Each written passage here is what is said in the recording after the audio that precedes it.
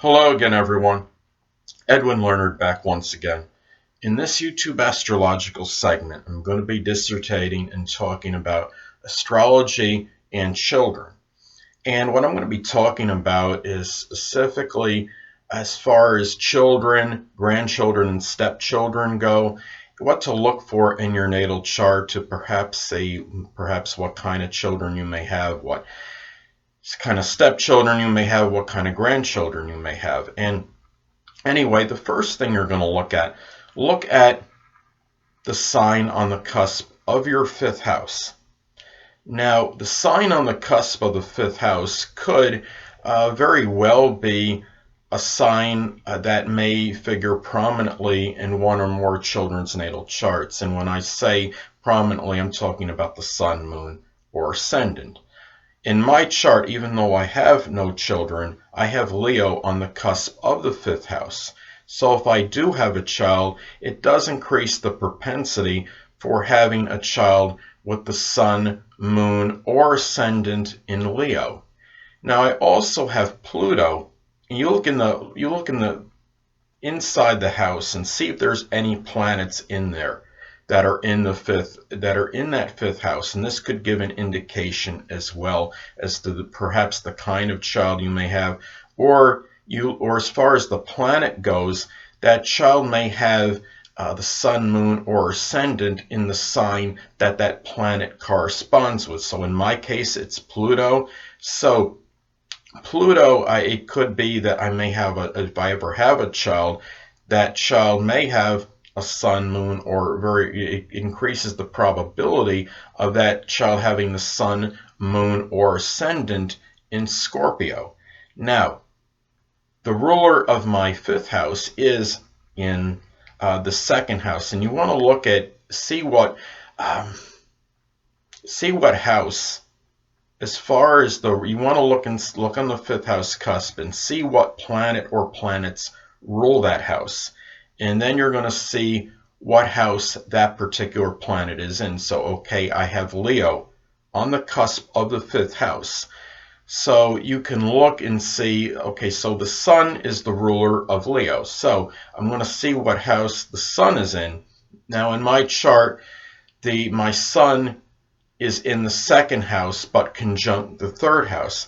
So it could indicate that if I do have a child, that son or daughter or one of them may be very money conscious because it's in the second house.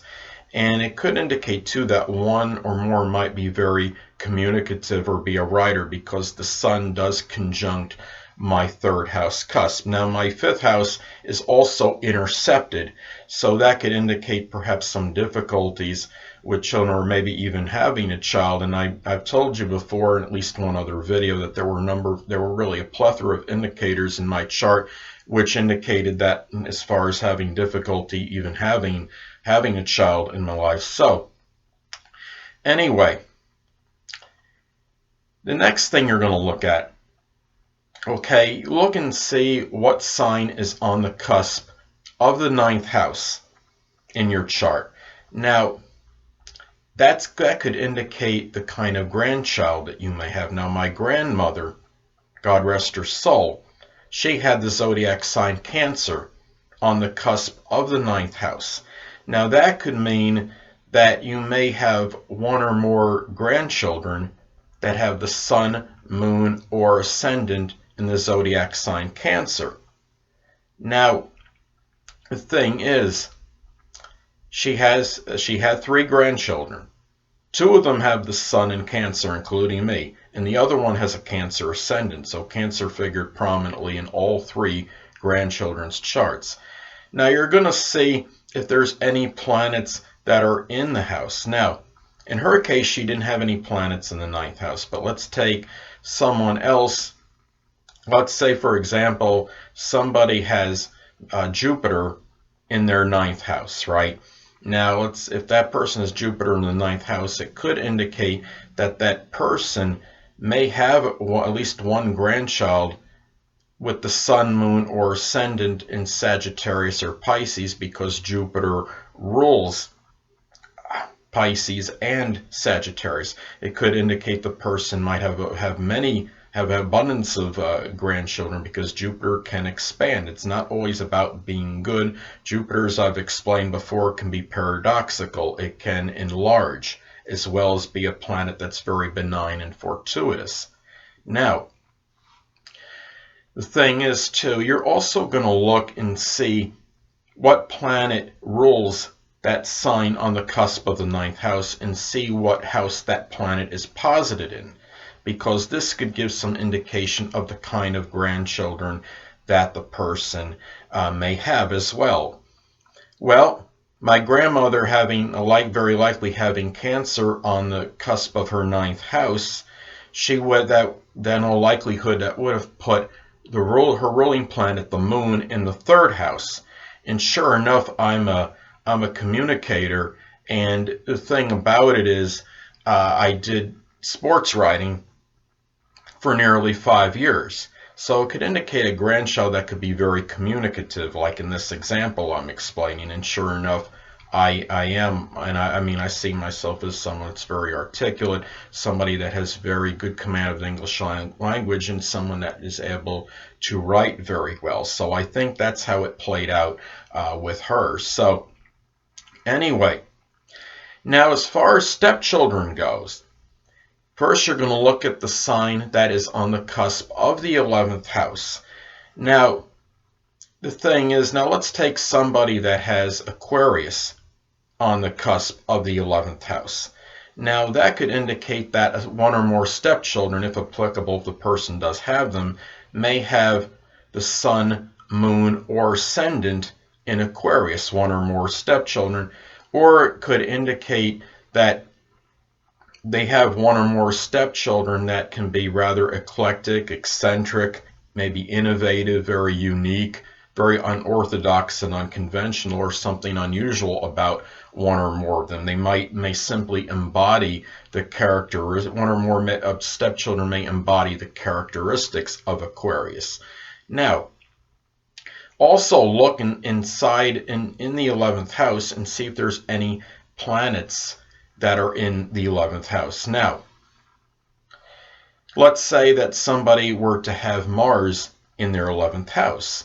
Now, that could indicate perhaps that one or more stepchildren could likely have the sun, moon, or ascendant in Aries or Scorpio, because Mars rules Aries and Scorpio. And in many cases, it could simply indicate that the situation with one or more stepchildren might be somewhat contentious or combative, acrimonious, or one or more stepchildren may be very fearless, have a lot of courage and fortitude, and exhibit leadership qualities. So those are some things to look at. Now, also, see what house, as far as the planet that rules, look and see what planet rules the 11th house, or planets, and see what house it's posited in your chart, because that could give some indication of the kind of stepchildren you may have. Now, in this example, let's take one of the rulers of Aquarius. Let's say that that one of the rulers is Uranus, and let's say that ruler, that planet, is in the 6th house. Well, that may indicate that one or more stepchildren might be involved in some kind of medical profession, might be a doctor, some kind of physician, maybe somebody in a nutritionist, for example, a dietitian, and it could simply be somebody that might really be enamored with health and fitness. So those are some things to look at and consider when you look at your natal chart to see what kind of children, grandchildren, or stepchildren you may have. And also, the thing about it too is, when you look at this,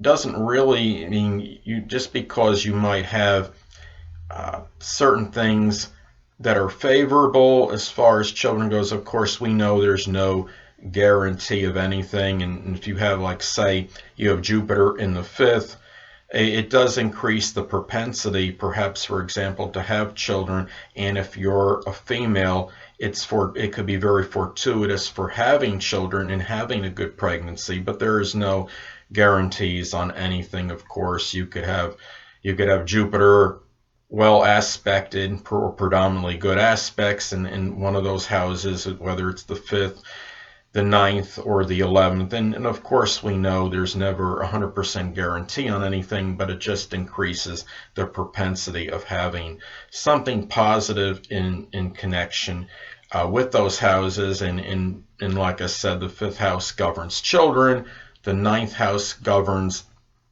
grandchildren, and the 11th house stepchildren. Well, anyway, people, that'll conclude this YouTube astrological segment for astrology and children, and stay tuned next time where I will be continuing my series on the planets, transiting planets in your natal houses. 2 things I want to get with you on before I head out.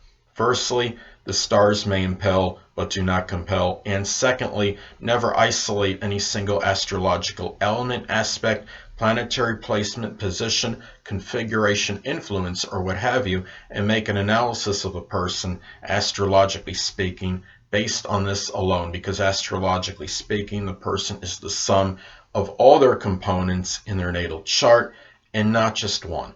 Until next time, people, stay well.